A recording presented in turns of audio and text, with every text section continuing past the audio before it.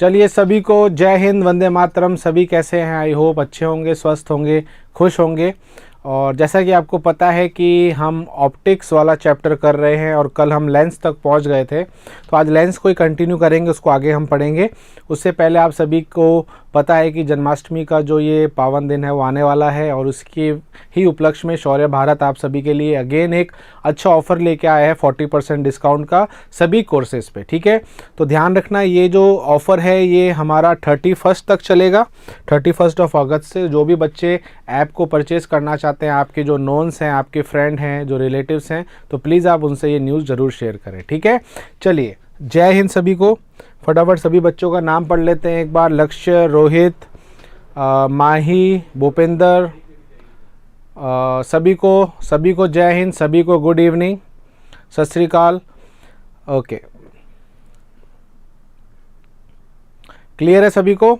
चलिए अब देखिए, ऑप्टिक्स वाला हम चैप्टर कर रहे थे, तो ऑप्टिक्स की जब हम बात कर रहे थे तो कल की क्लास में हमने स्टार्ट किया था लेंसेज को, है ना। हमने लेंस के बारे में पढ़ना स्टार्ट किया था, तो एक बार फिर मैं वापस थोड़ा सा आपको समझा देता हूँ कि लेंस में हमने क्या समझा था। तो लेंस के अंदर मैंने आपको बताया था दो तरीके के लेंस होते हैं जो हमें पढ़ने हैं। एक जो होता है ये होता है उत्तल लेंस, जिसको हम बोलते हैं क्या, एक तो होता है हमारा उत्तल जिसको हम बोलते हैं कॉन्वेक्स। ठीक है, ये होता है हमारा कॉन्वेक्स, और ये वाला जो होता है अवतल, ये होता है कॉनकेव। तो ये मैंने कल आपको बताया था कि दो तरीके के लेंस हमें पढ़ने हैं।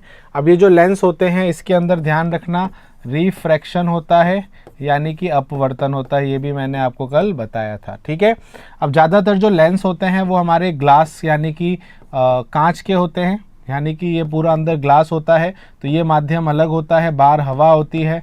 तो जब प्रकाश हवा से इस ग्लास में जाती है, कांच में जाती है, तो यहाँ पर माध्यम चेंज होता है, जिसकी वजह से जो लाइट है उसके अंदर रिफ्रैक्शन यानी कि अपवर्तन का गुण हमें देखने को मिलता है। ठीक है, जय हिंद गणेश, क्षत्रिय कुंदन, जय द्वारकाधीश, सोनू, जय हिंद।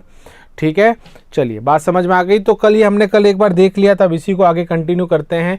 फिर मैंने आपको ये भी कल बताया था कि जो कॉनकेव होते हैं, है ना, जो कॉनकेव लेंस होते हैं उसको इस तरीके से बनाया जाता है, और ये जो लेंस होते हैं ये किनारों से मोटे होते हैं। आप देखेंगे कि ये जो किनारे होते हैं इनके थोड़े से वाइड होते हैं, ओपन ज़्यादा होते हैं, ज़्यादा ये चौड़े होते हैं, और जो ये सेंटर होता है ये पतला होता है। ठीक है, और इसी को हम बोलते हैं क्या, डाइवर्जिंग लेंस। ये मैंने आपको कल भी बताया था, इसको अपसारी लेंस कहा जाता है।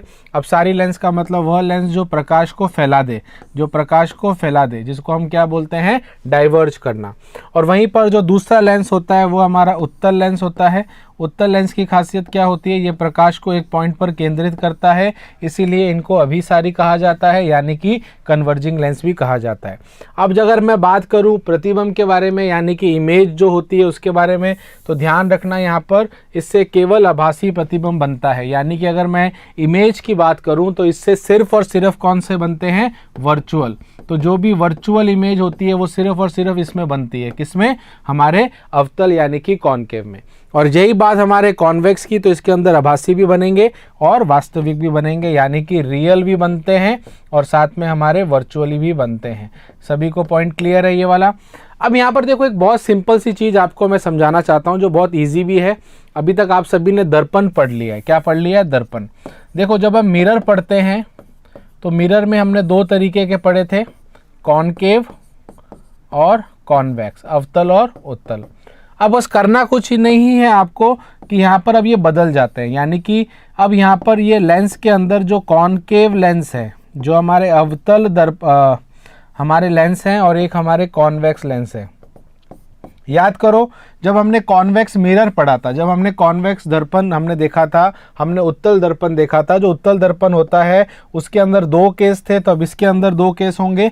इसके अंदर हमारे 6 केस थे, तो इसके अंदर अब 6 केस होंगे। ठीक है, तो बस यही सबसे बड़ा फर्क रहता है कि जस्ट केसेस जो होते हैं वो उल्टे हो जाते हैं। उसी तरीके से कॉनकेव जो होता है ये हमारा कैसा होता है, ये जो होता है कन्वर्जिंग होता है, इसीलिए इसको कन्वर्जिंग कहा जाता है। इसको डाइवर्जिंग, यहाँ पर जस्ट उल्टा हो जाता है। यहाँ पर ये डाइवर्जिंग बन जाता है और ये कन्वर्जिंग बन जाता है, ठीक है। तो ये थोड़ा सा ध्यान रखना, कोई ज़्यादा दिक्कत नहीं होगी, बिकॉज हम ऑलरेडी ये दर्पण पढ़ चुके हैं, मिरर पढ़ चुके हैं, बस अब कुछ ही इसमें चेंज हमें देखना है, ठीक है। क्लियर है सभी को? अब चलिए आगे चलते हैं और आपको अब एक एक करके मैं समझाता हूँ। सबसे पहले यहाँ पर मैं किसकी बात कर रहा हूँ, सबसे पहले जो मैं दर्पण आपके सामने लेके आया हूँ, देखो सारे केस एक साथ नहीं लेंगे, पहले हम ये 2 केस के बारे में पढ़ते हैं, ठीक है। पहला केस देखते हैं, चलिए। अब ये जो पहला केस है आपके सामने, ये हम कौन सा लेंस लेके आए हैं, ये हम लेके आए हैं कॉन्वेक्स का लेंस। कौन सा लेके आए हैं? कॉन्वेक्स का लेंस। अब देखो, याद करो जब हमने कॉनकेव पढ़ा था तो मैंने आपको बताया था जब भी कोई प्रकाश अनंत से आता है तो वो हमेशा टकराने के बाद फोकस पे निकलता है या फोकस पे आता है। वैसे ही अगर यहाँ पर करें तो अब यहाँ पर रिफ्लेक्शन यानी कि परावर्तन तो नहीं होता, अपवर्तन होता, और अपवर्तन के अंदर भी सेम वही कंडीशन रहने वाली है। अगर कोई प्रकाश अनंत से आता है तो वो हमेशा ध्यान रखना रिफ्रैक्शन के बाद, अपवर्तन के बाद फोकस पे जाता है। तो यहाँ पर अगर आप देखेंगे 2 फोकस होती हैं, F1 और F2। ये मैंने आपको कल भी बताया था कि जो लेंसेज होते हैं उसमें फोकस भी 2 होती हैं, उसमें सेंटर भी 2 होते हैं, ठीक है। तो वही चीज़ यहाँ पर भी है।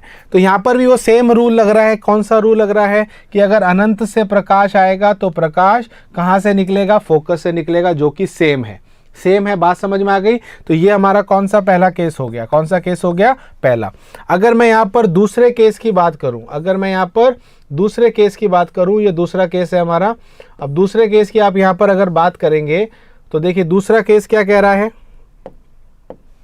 दूसरा केस ये कह रहा है कि ऑब्जेक्ट इज बियॉन्ड 2f। देखो सिंपल सी चीज़ है कि वहाँ पर हमने ये केस देखे थे, ठीक है, वही केस यहाँ पर भी है, ठीक है। अब यहाँ पर देखो, पहले हमारा अनंत पे था, अब हमारा वो इसके पीछे आ गया। अब एक चीज़ आप यहाँ पर नोट करेंगे कि यहाँ पर F1 है, 2F1 है, बेसिकली ये रेडियस ही तो है, डबल F का वही तो होता है R, है ना। R हमारा सेंटर ही तो है ये, तो ये हमारा सेंटर पॉइंट भी इसको आप बोल सकते हो, C1 भी बोल सकते हो, 2F1 भी बोल सकते हो, बात एक ही है, ठीक है। तो पहला केस तो अनंत का था, अनंत में तो कोई दिक्कत नहीं है। अगर अनंत पे होता है तो जो आपकी इमेज होती है वो फोकस पे बनती है, और फोकस पे जो इमेज बनती है, देखो पहली चीज़ तो जो चीज़ यहाँ बन रही है, देखो रियल, ये रियल होती है। यहाँ पर फ़र्क क्या होता है कि ये इसके पीछे बन रही है। देखो जब हम दर्पण पढ़ते हैं तो दर्पण में होता है कि वह साइड हमारी कौन सी होती है? रियल नहीं होती है, ठीक है। बट यहाँ पर उल्टा होता है, ये साइड हमारी वास्तविक साइड है। क्या है? वास्तविक साइड है। हाँ बिल्कुल, इसी को क्लियर कर रहे हैं, ठीक है। तो पहला वाला जो केस है, देखो मैं फिर एक बार बता देता हूँ, कंफ्यूज मत होना। पहले वाले केस में क्या कह रहा है कि जब मेरा ऑब्जेक्ट अनंत पे है, कहाँ पर है? अनंत पे, तो ऑब्जेक्ट से निकल रहा है प्रकाश। अब यहाँ पर अपवर्तन हुआ, अपवर्तन की वजह से ये इस पॉइंट पर आके एकत्रित हो गया, तो यहाँ पर ये इमेज आपकी बन रही है। तो जो इमेज यहाँ बनती है वो कैसी बनती है? तो ध्यान रखना, यहाँ पर इमेज बन रही है रियल, ठीक है। इसके साथ ये कैसी है? रियल जो होती है वो हमेशा कैसी होती है? इन्वर्टेड, यानी कि ये उल्टी है। और इसके अलावा अगर मैं बोलूँ साइज़, तो size very very small, small size है इसका। साइज़ कैसा है? वेरी स्मॉल, बहुत छोटा, है ना, बिंदु समान है। तो ये हमारा पहला केस हो गया। बात समझ में आ गई कुंदन? अब देखिए दूसरा केस, अब वही सेम, देखो वही सेम केसेस चल रहे हैं, कुछ फ़र्क नहीं आएगा। दूसरा केस क्या कह रहा है कि अब मेरा ऑब्जेक्ट सी के पीछे आ गया, जैसे वहाँ पर भी सी के पीछे आया था। तो जब ये सी के पीछे आ गया तो याद करो वहाँ पर क्या आया था? वहाँ पर ये आया था कि मेरा ऑब्जेक्ट जो होता है वो फोकस और सी के बीच में बनता है। अब बस फ़र्क यहाँ पर ये है कि अब ये इसके पीछे बनेगा, अदरवाइज सारे केसेस सेम है। वहाँ जो हमने अवतल दर्पण पढ़ा था, कॉनकेव पढ़ा था, वो सेम अब कॉन्वेक्स लेंस के अंदर हो रहा है, उत्तल लेंस के अंदर हो रहा है, ठीक है। ये बस ध्यान रखना, सेम ही है, बस शिफ्ट हो गए हैं। अब दूसरा केस है कि जब वो सी से पीछे है, तो जब वो सी से पीछे है आप देख पाएंगे कि जब वो सी से पीछे है तो इसकी जो इमेज है वो कहाँ बन रही है? फोकस और सी के बीच में, फोकस और सी के बीच में, जो कि वो सेम है। बात समझ में आ गई? फिर याद करो वहाँ पर ये भी देखा था कि अभी भी ऑब्जेक्ट की हाइट और इमेज की हाइट में फ़र्क है, यानी कि इमेज अभी भी छोटी है ऑब्जेक्ट से, ठीक है। तो वही सेम केस यहाँ पर है। बस ध्यान यहाँ पर ये रखना, F2F इस साइड है, रियल इस साइड है लेंस के, और F2 और 2F2 उस साइड है, ठीक है। तो ध्यान रखना, इसमें कंफ्यूज मत होना, बट ध्यान रखना लेंस के अंदर ये वाली साइड रियल साइड होती है। बस ये फ़र्क होता है कि ये साइड हमारी रियल साइड होती है और ये साइड हमारी वर्चुअल साइड होती है, ठीक है। अब बात समझ में आ गई? तो इस वाले केस में इन दोनों के बीच में बनेगा। तो अभी भी मेरी इमेज कैसी है? रियल है, इन्वर्टेड है, यानी कि उल्टी है, बट साइज़ अभी भी स्मॉल है, यानी कि छोटा अभी भी ये ऑब्जेक्ट से है। और बन किसके बीच में रहा है, तो ध्यान रखना बन रहा है ये C और F के बीच में। ठीक है, बात समझ में आ गई। अब चलिए तीसरा केस आपको दिखाता हूं। अब ये तीसरा केस देखो, तीसरा केस क्या कह रहा है, अब ऑब्जेक्ट मेरा कहाँ है, ऑब्जेक्ट मेरा 2F पे है। ऑब्जेक्ट कहाँ पर है, 2F पे। याद करो दर्पण के अंदर हमने क्या देखा था, दर्पण के अंदर हमने देखा था, ठीक है, कॉनकेव के अंदर मैंने आपको एक और चीज़ बताई थी कि अगर C पे ऑब्जेक्ट आता है तो इमेज भी C पे बनती है। अब यहाँ पर ये लेंस हो जाएगा बस, तो लेंस पे ध्यान रखना, अगर आपका लेंस C1 पे है तो इसकी इमेज जो है वो C2 पे बनेगी C1। बात समझ में आ रही है, यानी कि इसके अंदर जो इमेज है वो हमेशा C वाली C पे ही बनती है और इनका साइज़ भी क्या होता है, सेम होता है। ठीक है, जैसा कि हमने वहाँ पर भी देखा था, इन दोनों का साइज़ सेम होता है, तो यहाँ पर भी साइज़ सेम होता है। तो ध्यान रखना, यहाँ पर अगर आपसे पूछ ले इमेज क्या है, तो इमेज अभी भी आपकी रियल है यानी कि वास्तविक है, इन्वर्टेड है यानी कि उल्टी है, साइज़ जो है वो सेम है, साइज़ कैसा है, सेम है। और ये बन का रहा है C2 पे बन रहा है, C1 पे ऑब्जेक्ट है, C2 पे हमारी इमेज है। क्लियर है, समझ में आ गया। तो ये हमारा चौथा केस हो जाता है। रही बात तीसरा केस होता है, चौथे केस पे आते हैं। ये हमारा चौथा केस है। ठीक है, चौथा केस देखिए क्या कह रहा है। अब हमारा जो ऑब्जेक्ट है, याद करो वहां पर क्या होता था, जब वो C पे आ जाता था फिर वो C से आगे जाता था। अब अगर मेरा ऑब्जेक्ट C और F के बीच में है, अगर मेरा ऑब्जेक्ट C1 और F1 के बीच में है, तो याद करो वहां क्या होता था कि अब मेरा ऑब्जेक्ट C से पीछे बनेगा। अब कहाँ बनेगा, C से पीछे बनेगा। तो आप देखिए C2 से पीछे बन रहा है। अब यहाँ पर जो बात आती है, चेंज जो होती है कि साइज आपका बड़ा हो जाता है। ठीक है, तो अगर आप यहाँ पर देखेंगे तो इमेज अभी भी रियल है, वास्तविक है, उल्टी है यानी कि इन्वर्टेड है, पर अगर साइज की बात करें तो ये लार्जर है ऑब्जेक्ट से, ऑब्जेक्ट से ये लार्जर है यानी कि ऑब्जेक्ट से ये बड़ा है। आप देख सकते हैं ये जो इमेज है इससे काफ़ी बड़ी है। अब एक चीज़ आप हमेशा ध्यान रखना है कि यहाँ तक तो कोई दिक्कत नहीं है, यहाँ तक जो आपकी इमेज है वो कैसी बन रही है, रियल बन रही है, वास्तविक बन रही है और उल्टी बन रही है। ठीक है, क्लियर है सभी को। तो ये हमारे 4 केस हो गए, इसमें किसी को डाउट है तो मुझे बताओ। क्लियर है, अब चलते हैं 5वें केस पे। ठीक है, आखिरी में मैं एक बार फिर रिवाइज करवा दूंगा, कोई दिक्कत नहीं है। 5वां केस याद करो वहाँ क्या था, 5वां केस वहाँ पर यह था कि अगर मेरा ऑब्जेक्ट अब F पे आ जाए तो याद करो वो कहाँ पर इमेज बनती थी, अनंत पे बनती थी। कहाँ पे बनती थी, अनंत पे, और बनती थी रियल ही। तो वही चीज़ यहाँ पर हो रही है, अभी ये बन अनंत पे रही है, यानी कि अनंत पे जाके इमेज बनेगी। तो अभी भी आपकी जो इमेज है वो रियल है। ठीक है, इसके अलावा अभी भी वो इन्वर्टेड है, बन कहाँ रही है, अनंत पे, और हाईली इनलार्ज्ड यानी कि काफ़ी ज़्यादा वो बड़ी इमेज बनेगी, बहुत ज़्यादा बड़ी बनेगी, तभी तो वो अनंत पे बन रही है। ठीक है, ये तब होता है जब हमारा ऑब्जेक्ट कहाँ होता है, F पे। ठीक है, कहाँ होता है, F पे। अब चलिए लास्ट वाला केस पढ़ते हैं, छठा केस। और देखिए लगभग सारे केस सेम है। अब यहाँ पर ये वाला केस अलग क्यों होगा, जैसे वहाँ पर वो छठा वाला जो केस था अलग था, अब यहाँ पर ये वाला केस अलग क्यों है, बिकॉज यहाँ पर अब इमेज इधर बन जाएगी। ठीक है, इधर बन जाएगी। हाँ अभी करवा दूंगा कुंदन, अब इमेज कहाँ बन जाएगी, इधर बन जाएगी। अब देखिए यहाँ पर क्या हो रहा है कि अब हमारा ऑब्जेक्ट F और पोल के बीच में है। अब यहाँ पर पोल नहीं होता, या लेंस का सेंटर होता है। ठीक है, तो लेंस के सेंटर में और F1 के बीच में अगर ऑब्जेक्ट होता है, याद करो दर्पण में कहाँ बनता था, तो दर्पण में बनता था दर्पण के पीछे यानी कि मिरर के पीछे। तो अब यहाँ पर ये रियल साइड है तो ये आभासी साइड है, तो अब कहाँ बनेगा, आभासी साइड में। तो आप देखेंगे बन कहाँ रहा है, C के पीछे, है ना, ये इंपॉर्टेंट है, C1 के पीछे बन रहा है, बट उससे काफ़ी ज़्यादा बड़ा है यानी कि बट। अब यहाँ पर अगर आप देखोगे तो हमारी इमेज अब कैसी हो गई है, वर्चुअल यानी कि आभासी। आभासी हमेशा सीधी होती है, तो ये आपकी सीधी बनेगी, है ना, इमेज कैसी है, आभासी। तो आभासी बन गई, सीधी बन गई, वर्चुअल है यानी कि स्ट्रेट है, इरेक्ट है। ठीक है, इसके अलावा इमेज अभी भी लार्ज है, बस ये आपको ध्यान में रखना है। और ये कहाँ बनती है, C1 के पीछे, C1 के पीछे। सभी को ये चीज़ क्लियर हो गई।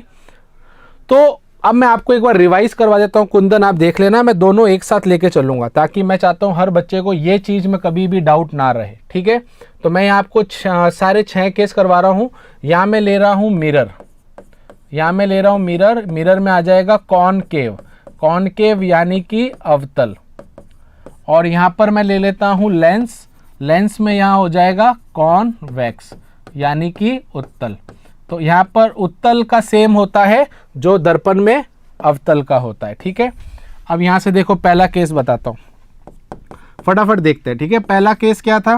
पहला केस ये था अनंत से आएगी प्रकाश, अनंत से आएगा तो कहाँ से निकलेगा? फोकस से। ये रहा पहला केस। यहाँ पर आ जाओ, यहाँ पर पहला केस देखो। अब ये लेंस है, लेंस में क्या कह रहा है? अब लेंस में ध्यान रखना C1 F1 F2 C2।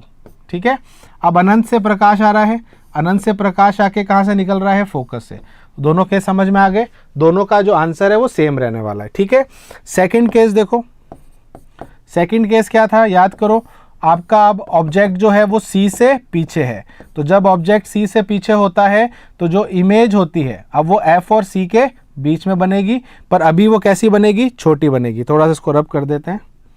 ठीक है, तो बनेगी अभी भी वो छोटी। ठीक है, बनेगी अभी भी वो छोटी। तो ये हमारा ये वाला केस हो गया। यहाँ पर आते हैं, यहाँ पर अगर ये वाला केस बनाएंगे तो क्या होगा? ये हमारा लेंस है, ठीक है, ये हमारा C1 है, ये मेरा F1 है। ऑब्जेक्ट कहाँ है? C1 के पीछे है, तो अगर ये C1 के पीछे है, अब यहाँ पर रियल साइड इधर होती है, तो ये मेरा F2 है और ये मेरा C2 है, तो किसके बीच में बनेगा? F और C2 के बीच में बनेगा। क्लियर हो गया? क्लियर हो गया। अब देखो जो जो गुण बता रहा हूँ साथ साथ मैं आपको बता रहा हूँ। जैसे इसके अंदर जो इमेज है वो रियल है, ये रियल का मतलब समझ जाना कि रियल है, साइज स्मॉल है, साइज स्मॉल है, ये भी रियल है, वास्तविक है, साइज स्मॉल है, तो यहाँ पर भी सेम चलेगा, रियल है स्मॉल है, रियल है स्मॉल है। क्लियर है? अब चलिए तीसरे केस पे चलते हैं। तीसरा केस क्या था? तीसरा केस था हमारा कि ये अब कहाँ पर आ जाता है? C पे। तो जब C पे आ जाता है तो इमेज भी C पे बनती है, ये आपको बताया था। अब लेंस में देख लेते हैं, बस ध्यान रखना है लेंस में 2 C होते हैं तो दोनों पे बनेगा। अगर ये C1 पे बन रहा है तो इमेज हमारी C2 पे बनेगी। अब यहाँ पर देखिए, यहाँ पर भी अभी भी रियल वास्तविक बन रही है, साइज सेम है, साइज सेम है, तो यहाँ पर भी रियल बन रही है, साइज सेम है। ठीक है, साइज कैसा है? सेम। क्लियर? अब चलिए आगे चलते हैं, फोर्थ देखते हैं, फोर्थ की बात करते हैं। अब देखो फोर्थ की बात करें, फोर्थ में कहाँ चला जाएगा ये? अब ये देखो C पे आ गया, अब ये C और F के बीच में आ जाता है, तो जब ये C और F के बीच में आता है तो अब आपका ऑब्जेक्ट बनेगा C के पीछे, इमेज बनेगी C के पीछे। तो अभी भी ये रियल है पर साइज कैसा हो गया? लार्ज हो गया। कैसा हो गया? लार्ज। वास्तविक है और साइज ज़्यादा है।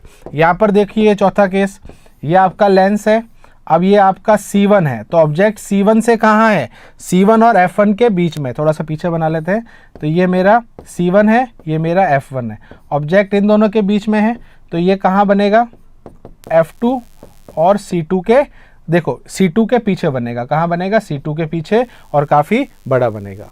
क्लियर है? बात समझ में आ गई? अब लास्ट देखते हैं, सॉरी पांचवा देखते हैं। पांचवा क्या कहता है? पांचवा कहता है कि ये मेरा दर्पण है, ठीक है, अब ये C और ये F, अब ऑब्जेक्ट F पे आ गया। जब भी F पे आता है हमें पता है कि वो टकराने के बाद अनंत पे बनता है। कहाँ बनता है? अनंत पे। ठीक है, तो ये चीज़ यहाँ पर भी होगी। अब यहाँ पर लेंस आ गया है, बस फ़र्क क्या आएगा कि ये अब आपका F1 पे है, F1 पे होने के कारण अब ये जो है ये अनंत पे बनेगा। ठीक है, और लास्ट केस देख लेते हैं। ठीक है, लास्ट केस देख लेते हैं, छठा वाला, जो दोनों में ही सेम है।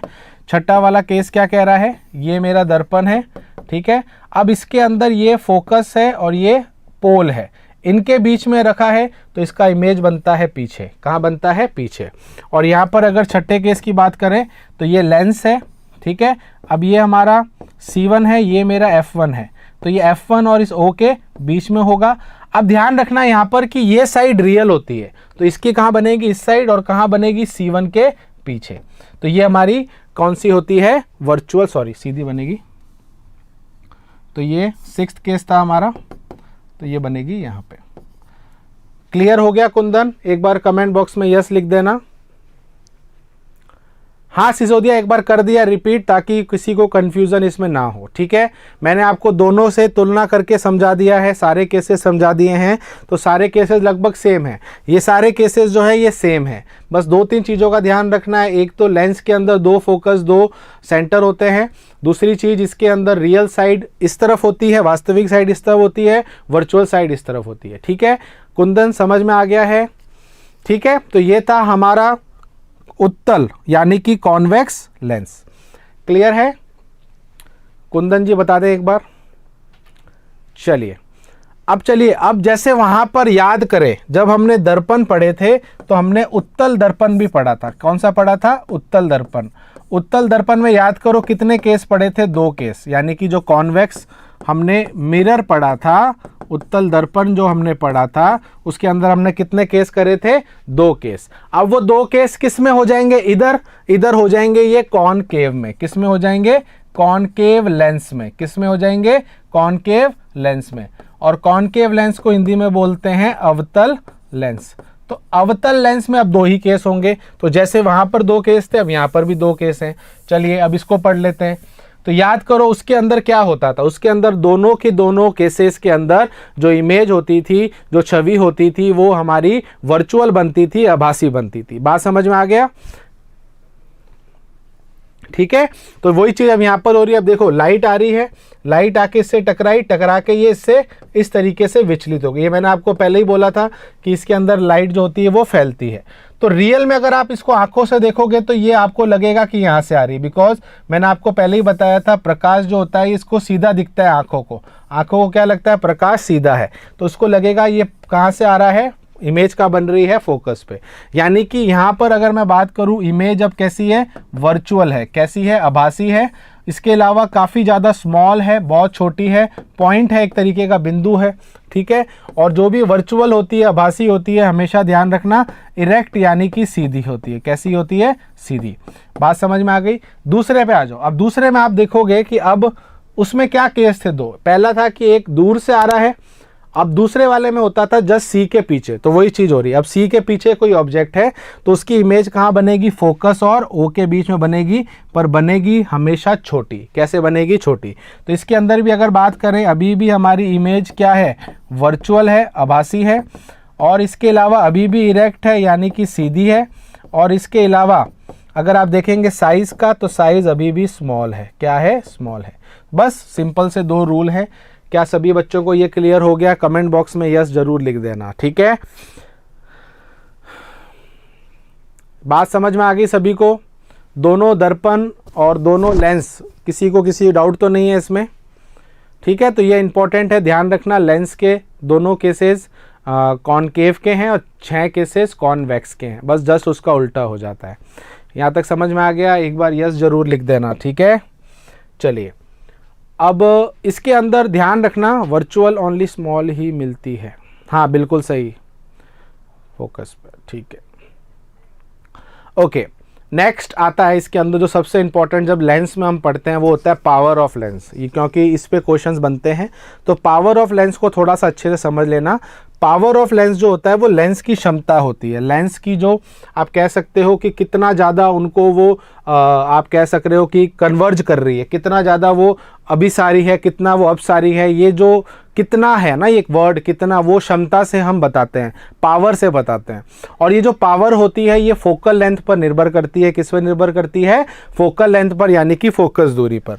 तो सिंपल सी ध्यान रखना, कोई भी अगर लेंस होता है, दोनों में से दोनों की बात कर रहा हूँ, कॉनकेव और कॉन्वेक्स, तो उसकी जो लेंस की बात करते हैं तो उसकी जो पावर होती है ना, उसकी जो शक्ति होती है, या क्षमता बोल दें, शक्ति बोल दें, है ना, तो दोनों एक ही चीज़ हैं।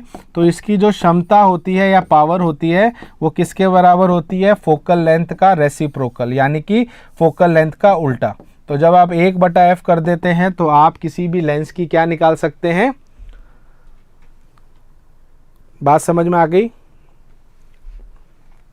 लक्ष्य वो कॉनकेव की बात कर रहा है। ठीक है, अभी समझा दूंगा मैं ही। ठीक है, बात समझ में आ गई सभी को? तो ये P जो है यहाँ पर, ये ध्यान रखना, P यहाँ पर पावर होता है, पावर होता है 1/f, 1/f। ठीक है, तो यहाँ पावर की बात हो रही है तो पावर ध्यान रखना 1/f होता है। अब इसमें जो क्वेश्चन बनता है इसकी यूनिट का बनता है। किसका बनता है? यूनिट का। एक लेंस की जो पावर होती है वो डायोप्टर में नापी जाती है। किस में नापी जाती है? डायोप्टर। तो डायोप्टर जो होती है वो यूनिट होती है किसकी? पावर की, लेंस के पावर की। अब यहाँ से एक बात और समझना कि ये ये जो पावर है ये पावर प्लस की भी हो सकती है और माइनस की भी हो सकती है। क्यों?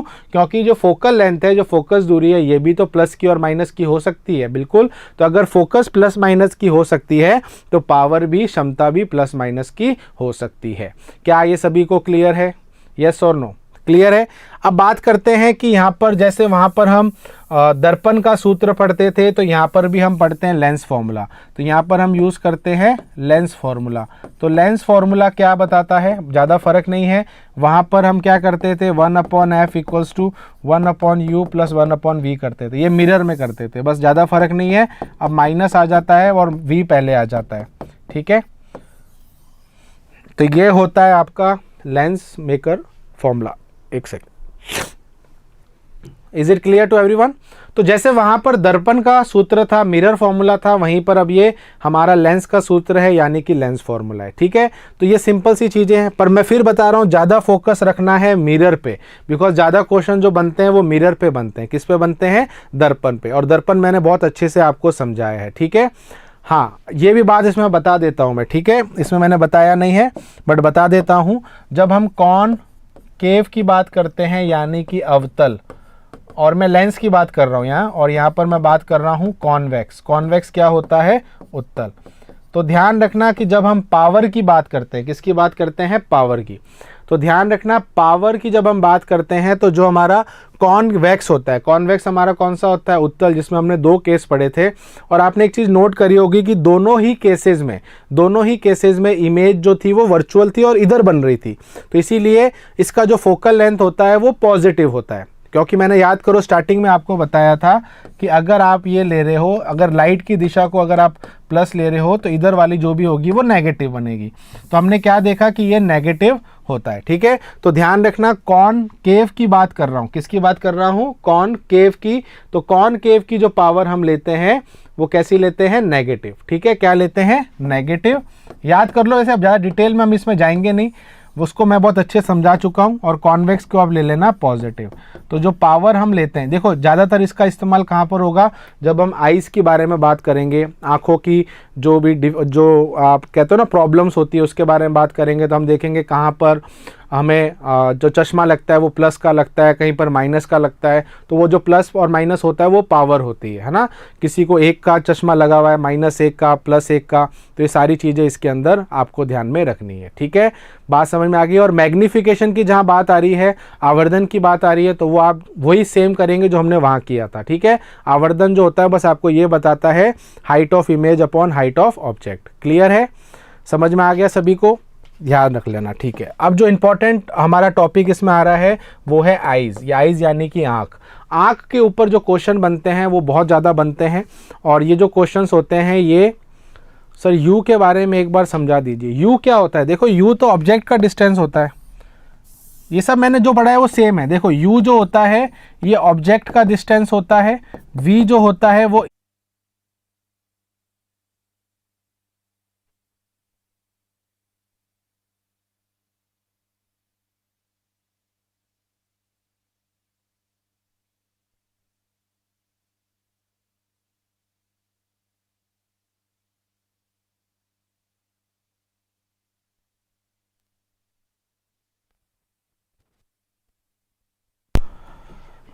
चलिए, आई थिंक थोड़ा सा इंटरनेट चला गया था।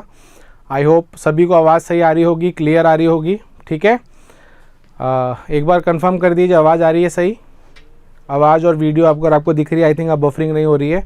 ठीक है, तो आई थिंक सभी को ये चीज़ समझ में आ गई होगी। तो अभी हम जो टॉपिक कर रहे हैं वो कर रहे हैं आँखें। आँख यानी कि आई। आई के बारे में जब हम बात करते हैं तो आई इंपॉर्टेंट क्यों है? बिकॉज आई जो होती है, ठीक है, आई जो होती है उसके अंदर हम लेंसेज के बारे में बात करते हैं। ऑल्दो ज़्यादा डिटेल में आप बायो में पढ़ते हैं कि आइज़ क्या होती है, हर एक का फंक्शन क्या होता है, आपको इतना नहीं पूछते।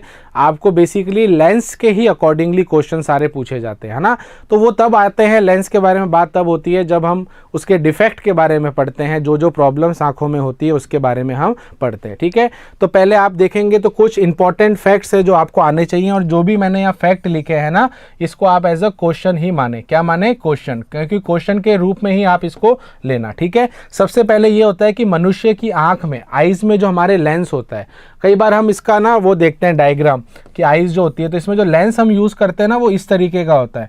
और इस तरीके का लेंस कौन सा होता है आपको पता है, ये हमारा कॉन्वेक्स होता है, यानी कि ये उत्तल लेंस होता है। तो पहला पॉइंट यहीं से बन जाता है कि आँख के अंदर जो लेंस होता है ये हमारा कौन सा होता है, उत्तल लेंस होता है। और ये नेचुरल है, ये हमें दिया गया है भगवान के द्वारा, ये हमने बनाया नहीं है, ठीक है। पर इसका ये जो प्रॉपर्टी है ये कॉन्वेक्स है, और कॉन्वेक्स का काम होता है लाइट को डाइवर्ज करना, लाइट को एक पॉइंट पर एकत्रित करना, ठीक है। दूसरा पॉइंट आता है सामान्य कोई मनुष्य होता है, जैसे आप कई बार पढ़ते हैं, अगर आपको मैं बोल दूं कि एक पेपर है, पेपर को पढ़ना है, तो आप पेपर को कितनी दूर रखेंगे ताकि आपको क्लियर सब चीज़ें दिख जाए। आप खुद से भी ट्राई कर सकते हैं। जैसे आप इसको पास लेंगे, एक पॉइंट ऐसा आएगा जहां पर आपको ये धुंधला दिखना स्टार्ट हो जाएगा, और वो पॉइंट होता है 25 सेंटीमीटर। तो कम से कम 25 सेंटीमीटर तक अगर आप कोई चीज़ को रखते हैं तो आप उसको आसानी से देख पाते हैं, उसको पढ़ पाते हैं। बट जैसे ही आपने 25 से उसको और कम कर दिया तो आप उसको देख नहीं पाएंगे। तो ये तो हो गई न्यूनतम दूरी। और अगर मैं अधिकतम दूरी की बात करूं कि दूर हम कहां तक देख सकते हैं, तो वो अनंत होता है, यानी कि इन्फिनिटी होता है, ठीक है। बात समझ में आ गई? तो ये आपको भी मैंने बता दिया है, ठीक है। अब दूसरी चीज होती है कि आंखों पे जो प्रतिबिंब बनता है, यानी कि जो इमेज बनती है वो कौन सी बनती है। देखो बहुत सिंपल सी चीज है, ये हमारा कॉन्वेक्स है, और यहाँ पर आंख के अंदर एक पॉइंट होता है जिसको हम बोलते हैं रेटिना। क्या बोलते हैं? रेटिना। रेटिना जो होता है ये वह हिस्सा होता है जहाँ पर आपकी इमेज बनती है। क्या बनती है? इमेज। तो ध्यान रखना कि जब भी इमेज जो बनती है वो रेटिना पे बनती है, और कैसी बनती है? उल्टी बनती है। और उल्टी इमेज कौन सी होती है? रियल होती है, यानी कि वास्तविक होती है। तो हमें यहाँ पर भाई साहब सिसोदिया को 1 सेंटीमीटर तक दिख रहा है। दिखने का मतलब पढ़ पा रहा है क्या? पढ़ना मेन तो पढ़ पा रहा है क्या? देख तो मैं भी रहा हूं, ठीक है। अब देखो रेटिना जो होता है ना, रेटिना जो होता है, यहाँ पर आपकी इमेज बनती है। तो ये भी एक प्रश्न बनता है, इमेज कैसी बनती है? तो ध्यान रखना उल्टी बनती है, और उल्टी इमेज हमेशा कैसी होती है? रियल। तो इसका मतलब ये है कि आंखों में जो हमारे इमेज बन रही है तो वो जो होती है वो उल्टी बनती है। आप बोलोगे सर ऐसा तो हमें जो सामने चीज़ पड़ी है वो उल्टी दिखनी चाहिए। तो होता क्या है कि आपके यहाँ पर एक ऑप्टिकल नर्व होती है, ऑप्टिकल नर्व होती है, इसको हम बोलते हैं कि एक नस होती है जो नस आपके ब्रेन में जाती है, और वो ब्रेन में जो आपके सिग्नल्स को ले जाती है, और वो सिग्नल्स होते हैं इस इमेज से रिलेटेड। तो ये जो इमेज बनती है इसको सीधा कौन करता है? ब्रेन करता है। तो ब्रेन जो होता है वो इस इमेज को सीधा करके आपको दिखाता है। अब इसका एक बहुत सिंपल सी चीज़ बताता हूँ। जो लोग ड्रिंक करते हैं, नशे में झूमते हैं, कई बार देखा होगा भैया ज़्यादा जिसी ने पी ली तो आके बोलता है अरे यार मेरा सिर घूम रहा है, मुझे जो चीज़ें हैं वो इधर उधर दिख रही है, धुंधली दिख रही है, इधर उधर। कहते हैं ना पीने के बाद लोग क्या करते हैं, कहते हैं कि उनको चीज़ें इधर उधर घूमती हुई दिखाई दे रही है। अब होता क्या है, शराब पीने से या फिर जो भी अल्कोहल होता है उसको पीने से दिक्कत ये होती है कि आपका ब्रेन जो होता है वो मतलब बेसिकली उसके अंदर इश्यूज होते हैं। ब्रेन जो होता है उसके अंदर जो फ्लूइड्स होते हैं वो इम्बैलेंस हो जाते हैं। आंखों का कोई रोल नहीं है, आपको चीज़ें इधर उधर घूमती हुई दिख रही है, कह रहे हैं ना कि अरे यार मुझे लग रहा है कि इंसान तैर रहा है, हाँ ये सारी चीज़ें जो होती हैं। पॉइंट ये होता है कि आंखों का उसमें कोई रोल नहीं है, आंखों से जो सिग्नल जा रहा है ब्रेन को उसके अंदर दिक्कत हो रही है। तो ये जो शराब पीते हैं उनका ये नर्वस सिस्टम पे इसका इफेक्ट पड़ता है, तो वो जो सिग्नल्स है उसको वो इफेक्ट करता है। आंखें तो इमेज एकदम सही बना रही है, आंखों का वर्किंग एकदम सही है, पर वो जो आंखें से धुंधला दिखना है ना, लोग इधर उधर भाग रहे हैं या फिर घूम रहे हैं, मैं सर घूम रहा है, दुनिया घूम रही है, ये सब के सब क्या होते हैं? सिग्नल के चीज़ें होती हैं। क्लियर समझ में आ गया? और आई होप कोई पीता नहीं होगा, ऐसी चीज़ें अपन को करनी भी नहीं है, बट हम फिल्मों में देखते हैं, ठीक है। बात समझ में आ गई? तो रेटिना पे बनता है, मैंने आपको बता दिया। और इसके बाद नेत्रदान, ये भी एक अच्छा पॉइंट है कि जब हम कहते हैं ना कि लोग आई डोनेट करते हैं, है ना, कि जब हम ना सर सुना है कि पंजाबी लोग, सुना है तो पंजाबी लोग लस्सी बहुत पीते हैं। पता नहीं लोगों को क्या ऑब्सेशन है कि उनको लगता है कि हम दिन भर लस्सी पीते हैं, नाश्ते में भी लस्सी पीते हैं, रात को भी लस्सी पीते हैं, दोपहर को भी लस्सी पीते हैं। ऐसा कुछ भी नहीं होता है, लोगों के मन घड़त कहते हैं ना वो है। अब जैसे आप मानोगे नहीं, मैं ऐसी चीज़ कुछ भी नहीं करता हूँ, आपको लगेगा सर मजाक कर रहे हैं, बट नहीं, मैं ये सारी चीज़ें नहीं करता हूँ। इवन मैं नॉन वेज भी नहीं खाता हूँ, ठीक है। तो ये डिपेंड करता है पर्सन टू पर्सन, बस एक कम्युनिटी को उसको वो ऐसा करना, आई डोंट थिंक सो। बस लोगों के माइंड में एक मेंटालिटी बैठ चुकी है, पर वो ऐसा कुछ होता नहीं है, ठीक है। हम भी नॉर्मल हैं, नॉर्मल जैसे रहते हैं, ठीक है। क्लियर है? चढ़ती ज़्यादा है, पता नहीं अब किसको क्या चढ़ती है, ठीक है। चलिए बात समझ में आ गई। तो ये जो मैं पॉइंट कह रहा था नेत्रदान, यानी कि जब आप आई डोनेट करते हो, जब आप आई का एक जने को दूसरे को अपनी आई देते हो, ऐसा नहीं कि आई पूरी आँख की आँख निकाल के दे दी, आँख से कभी भी आप, ऐसा नहीं है कि अगला देखने लग जाएगा, नहीं। आई डोनेट का मतलब यहाँ पर ये होता है कि जो रेटिना, देखो जो हमारा कॉर्निया होता है, देखो कॉर्निया जो होता है जो आपके लेंस को बचाता है, देखो ये जो आईज होती है, ये जो लेंस है इसके आगे यहाँ कॉर्निया होता है। कॉर्निया जो होता है ये आपकी आइज़ के लेंस को बचाता है। किसको बचाता है? आइज़ के लेंस को। जो भी धूल मिट्टी है जो इसके अंदर जाती है, तो ध्यान रखना कि इसको बचाता है। तो ये जो लेंस है, तो ये लेंस को बचाने के लिए कॉर्निया का इस्तेमाल होता है। और कॉर्निया जो होता है ये ख़राब होता है ज़्यादातर लोगों का, तो जब आई डोनेट होती है तो इस कॉर्निया को डोनेट किया जाता है। ठीक है, तो ये भी जितने भी मैंने यहाँ पर पॉइंट्स लिखे हैं इसको आप एज अ क्वेश्चन लेना। अब जो नए जो टॉपिक है वो हम कल ही पढ़ेंगे, बिकॉज अब टाइम भी लगभग हो चुका है, तो नया टॉपिक अभी स्टार्ट नहीं करेंगे। कल की क्लास में हम क्या करेंगे, कल की क्लास में हम सारे दृष्टि दोष पढ़ेंगे, आई डिफेक्ट के बारे में पढ़ेंगे। फिर आई थिंक इसके बाद ये चैप्टर खत्म है, फिर हम बहुत सारे क्वेश्चंस भी करने वाले हैं, theoretical as well as numerical. Clear है? समझ में आ गया? समझ में आ गया? हाँ बिल्कुल, एक्सेप्शन हर चीज़ में होती है। चलो बहुत हो गई बातें। आई होप सभी को आज की क्लास अच्छी लगी होगी, कमेंट बॉक्स में ज़रूर बताना। और अगर अच्छी लगी है तो प्लीज़ लाइक करना, शेयर करना। और जिनको भी ऐप अगर परचेज़ करना है आने वाले कुछ दिनों में तो उनको ज़रूर बताना, 40% ऑफ चल रहा है तो वो परचेज़ कर सकते हैं अगर उनको तैयारी और अच्छे से करनी है। ठीक है, चलिए इसी के साथ आज की क्लास को यहाँ एंड करते हैं। सभी अपना ध्यान रखना, खुश रहना। जय हिंद, वंदे मातरम।